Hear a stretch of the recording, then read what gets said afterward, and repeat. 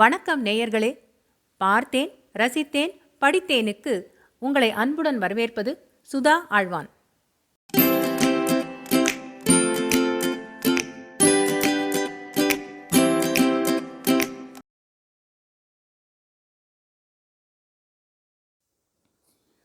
அமரர் கல்கியின் சாகித்ய அகாடமி விருது பெற்ற அலை ஓசை பாகம் 4 பிரளயம் அத்தியாயம் 34 சீதாவின் ஆவி. தலைக்கு மேலே வெள்ளம் ஓடிக்கொண்டே ஓடிக்கொண்டே ஓடிக்கொண்டே இருந்தது.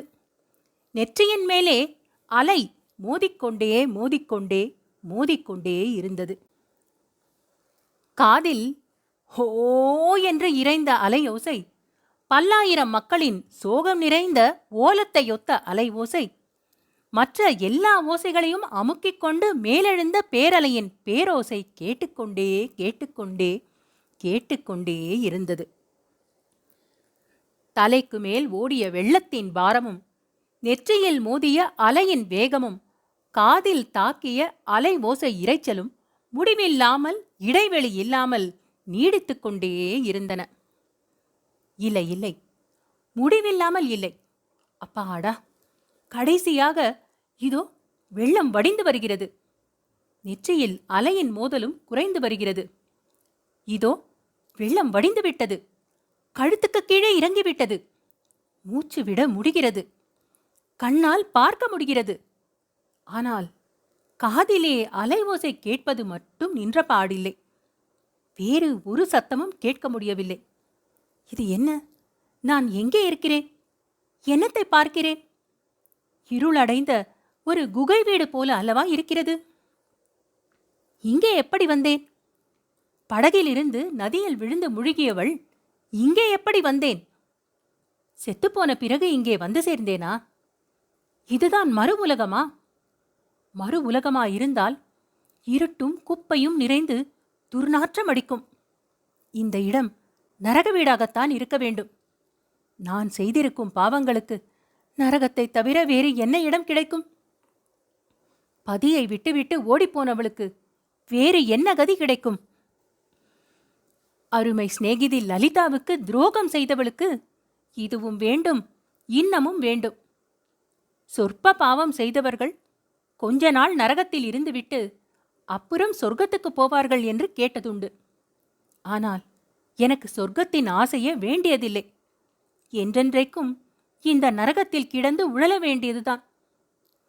இதோ என் தலைமாட்டில் நிற்கிறது யார்? யமனா? யமதூதனா? இல்லை, தெரிந்த முகமாயிருக்கிறதே. எப்போதோ பார்த்த மாதிரி இருக்கிறதே.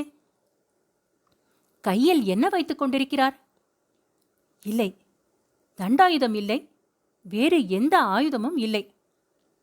அது ஒரு கிண்டி, மண்ணால் செய்த கிண்டி. அதன் நீண்ட குறுகிய மூக்கு வழியாக தண்ணீர் சொட்டுகிறது. எதற்காக நம்முடைய நெற்றியில் ஜில் என்று குளிர்ந்த தண்ணீரை விடுகிறார்? ஆஹா, எத்தனை இதமாயிருக்கிறது! இந்த மனிதர் யார்? சீதா சட்டென்று படுக்கையிலிருந்து எழுந்து உட்கார்ந்தாள். படுக்கை என்பது தரையில் விரித்திருந்த ஒரு பழைய கம்பளிதான். அது உடம்பின் மேல் பட்ட இடங்களில் சொரசொரவென்று குத்தியது. அதை பொருட்படுத்தாமல் தன் நெற்றியில் சொட்டு சொட்டாக தண்ணீரை விட்ட ஆசாமி யார் என்று நன்றாக திரும்பி பார்த்தாள். அந்த மனிதரின் மெலிந்த சுருங்கிய முகத்தில் அப்போது புன்னகை மலர்ந்தது. ஆஹா, இந்த மனிதர் என் அப்பா அல்லவா? பழைய அப்பா துரைசாமி ஐயர் அல்லவா? அந்த தாடியுள்ள மௌல்வி சாகிபு அல்ல. இளைத்து மெலிந்து கருத்து போயிருக்கிறார். கன்னங்களின் எலும்பு வெளியே நீட்டிக்கொண்டு தெரிகிறது. கண்கள் குழிவிழுந்திருக்கின்றன. ஆயினும் பழைய அப்பாதான், சந்தேகமில்லை. அந்த மௌல்வி சாகிபு என் தந்தை என்று சொல்லி என்னை அழைத்து கொண்டு வந்தது ஏதோ வஞ்சகம் போல் இருக்கிறது. அவரிடமிருந்து நிஜமான அப்பா என்னை காப்பாற்றி அழைத்து கொண்டு வந்திருக்கிறார். ஒருவேளை அதெல்லாம், அந்த பயங்கர நிகழ்ச்சிகள் எல்லாம் கனவுதானோ என்னமோ? எல்லாவற்றுக்கும் அப்பாவை கேட்டு பார்க்கலாம். சீதா பேச முயன்றாள். தகப்பனாரிடம் தன் மனத்தில் எழுந்த சந்தேகத்தை கேட்டு தெரிந்து கொள்ள முயன்றாள். நீங்கள் என் அப்பா துரைசாமி ஐயர் தானே? எதற்காக கிண்டியிலிருந்து சொட்டு சொட்டாக தண்ணீரை என் நெற்றியில் விடுகிறீர்கள்? நாம் எங்கே இருக்கிறோம்? எதற்காக இந்த அசுத்தம் நிறைந்த இருட்டறையில் இருக்கிறோம்? சூர்யா எங்கே? குழந்தை வசந்தி எங்கே? இவர் என் அகத்துக்காரர் எங்கே என்று இவ்வளவு கேள்விகளையும் கேட்க அவள் மனம் விரைந்தது, நாக்கு துடித்தது, உதடுகள் திறந்தன, மூடின. ஆனால் வார்த்தை ஒன்றும் வரவில்லை. முயன்று முயன்று பார்த்தும் வார்த்தை ஒன்றும் வெளிவரவில்லை. அப்பா ஏதோ சொல்லுவது போல் இருந்தது. வாயை திறந்து திறந்து மூடினார். பேச்சில்லாத சினிமா படங்களில் பாத்திரங்கள் வாயை திறந்து மூடுவது போல் இருந்தது. பேசியது ஒன்றும் அவள் காதில் விழவில்லை. காதில் விழவே இல்லை. எப்படி காதில் விழும்? வேறு சத்தம் ஏதும் காதில் விழ முடியாதபடிதான் இந்த பயங்கரமான அலை ஓசை ஓயாமல் கேட்டுக்கொண்டிருக்கிறதே. இதுதான் என்னை பைத்தியமாக அடித்துக் கொண்டு வருகிறது. எதற்காக தப்பி பிழைத்தோம்? நதியில் மூழ்கி செத்து தொலைந்து போயிருக்க கூடாதோ என்ற எண்ணத்தை உண்டாக்கி வருகிறதே. ஒரு நிமிஷத்துக்குள்ளே சென்ற சில மாதத்து அனுபவங்கள் எல்லாம் சட்டு சட்டென்று ஞாபகம் வந்தன. குருக்ஷேத்திரம் முகாமில் கண்ணு கெட்டிய தூரம் போட்டிருந்த ஆயிரக்கணக்கான அகதி முகாம் கூடாரங்கள் கண் முன்னால் வந்தன. உடுக்க ஒரு துணிக்கு மேல் இல்லாத லட்சக்கணக்கான அகதி ஸ்திரீகளும் குழந்தைகளும் நினைவுக்கு வந்தார்கள். சில நாள் குடித்தண்ணீருக்கு பட்ட கஷ்டம் நினைவு வந்தது. இன்னும் சில நாள் பெருமழை பெய்து கூடாரத்துக்குள் முழங்கால் ஆழம் தண்ணீர் நின்ற காட்சி நினைவுக்கு வந்தது. தனக்கு கடுமையான ஜுரம் வந்ததும் அப்பாவும் சூர்யாவும் தனக்கு செய்த சிஸ்ருஷைகளும் நினைவுக்கு வந்தன. ஒரே ஒரு நாள் அகதி முகாமில் ஓரிடத்தில் பெரும் கூட்டத்தை கண்டு தான் அங்கே சென்று பார்த்ததும் காந்தி மகாத்மா கூட்டத்தின் நடுவே நின்று ஏதோ பேசியதும் நினைவுக்கு வந்தன.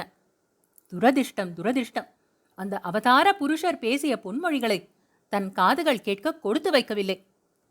காந்தி மகான் ஏறியிருந்த காருக்கு பின்னால் சென்ற பெரும் ஜனக்கூட்டத்தோடு அவளும் சென்றாள். அகதி முகாமில் இருந்து அவர் புறப்பட்ட போது தானும் அவருடன் போய்விட பிரயத்தனம் செய்தாள். அந்த முயற்சி பலிக்கவில்லை. பக்கத்தில் இருந்தவர்கள் அவளை தடுத்து நிறுத்திவிட்டார்கள். அதற்கு பிறகு கடும் குளிர்காலம் வந்தது. அந்த குளிரிலும் பனியிலும் கூடாரத்தில் வசித்தால் தன் உயிருக்கு ஆபத்து வரலாம் என்று அப்பாவும் சூர்யாவும் எண்ணினார்கள். ஆகையால் ஒரு மச்சு கட்டிடத்துக்கு அழைத்து போக வேண்டும் என்று தீர்மானித்தார்கள்.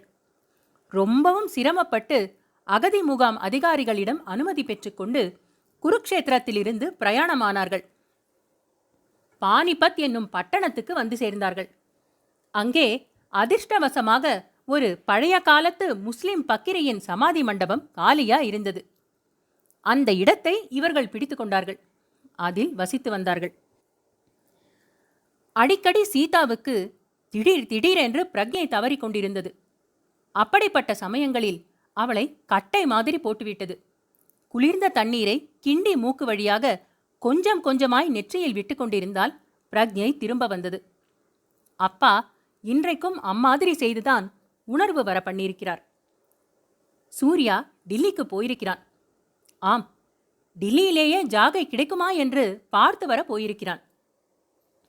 தாரிணியையும் வசந்தியையும் இவரையும் பற்றி கூட ஏதாவது தகவல் கிடைக்குமா என்று விசாரித்து வருவதற்கு போயிருக்கிறான். அது மட்டுமல்ல, காந்தி மகாத்மாவை பற்றி விசாரித்துக் கொண்டு வருவதற்கும் போயிருக்கிறான். சீதாவின் மனத்திற்குள் அடிக்கடி தான் இனி வெகுகாலம் பிழைத்திருப்பது துர்லபம் என்று தோன்றிக் கொண்டிருந்தது. பிழைத்திருக்க அவள் விரும்பவும் இல்லை.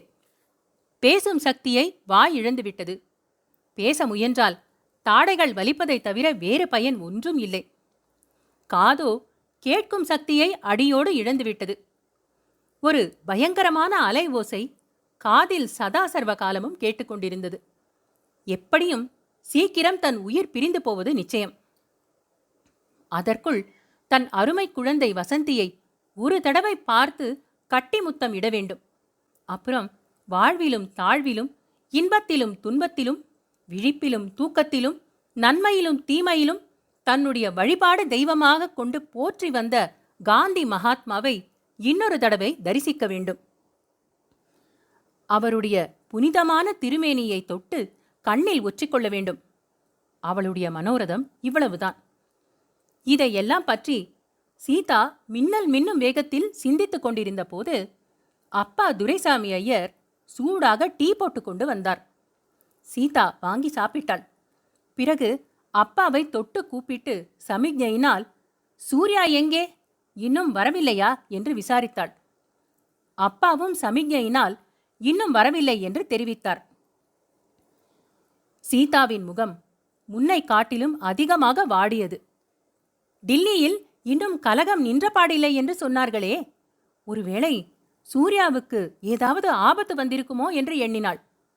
ஆமா, இந்த துரதிர்ஷ்டக்காரிக்கு உதவி செய்தவர்களோ சிநேகமாயிருந்தவர்களோ யார்தான் கஷ்ட நஷ்டங்களை அடையாமல் இருந்தார்கள்? நான் இந்த உலகத்தை விட்டு தொலைந்து போனால் எத்தனையோ பேர் சுகமடைவார்கள். ஆனாலும் எனக்கு இன்னும் முடிவு காலம் வரவில்லையே. பஞ்சாப் பயங்கரத்தில் எத்தனையோ லட்சம் பேர் செத்துப்போனார்கள். நான் மட்டும் சாகவில்லையே. எல்லா ஆபத்துக்களுக்கும் பிழைத்து உட்கார்ந்திருக்கிறேனே. சீதா தன் தலைமாட்டில் பத்திரமாய் வைத்திருந்த காந்தி மகாத்மாவின் படத்தை எடுத்து பார்த்தாள்.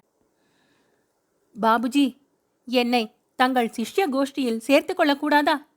என்னால் ஆன பணிகள் செய்து கொண்டிருக்க மாட்டேனா என்று இறங்கி வேண்டினாள். அத்தியாயம் 34 சீதாவின் ஆவி நிறைவுற்றது. அன்பான நேயர்களே, இது போன்ற மேலும் சுவையான கதைகள் மற்றும் கட்டுரைகள் கேட்க பார்த்தேன், ரசித்தேன், படித்தேன் எங்கள் சேனலுக்கு சப்ஸ்கிரைப் செய்யுங்கள். பொன்னியின் செல்வன், சிவகாமியின் சபதம், பார்த்திபன் கனவு போன்றவை பிளேலிஸ்டுகளாக வரிசைப்படுத்தப்பட்டிருக்கின்றன. ஏனைய பிற கதைகளையும் நீங்கள் கேட்டு மகிழலாம். தமிழ் கதைகள் கேட்க ஆர்வம் உள்ள உங்கள் குடும்பத்தார் மற்றும் நண்பர்களிடம் பகிருங்கள். மிக்க நன்றி.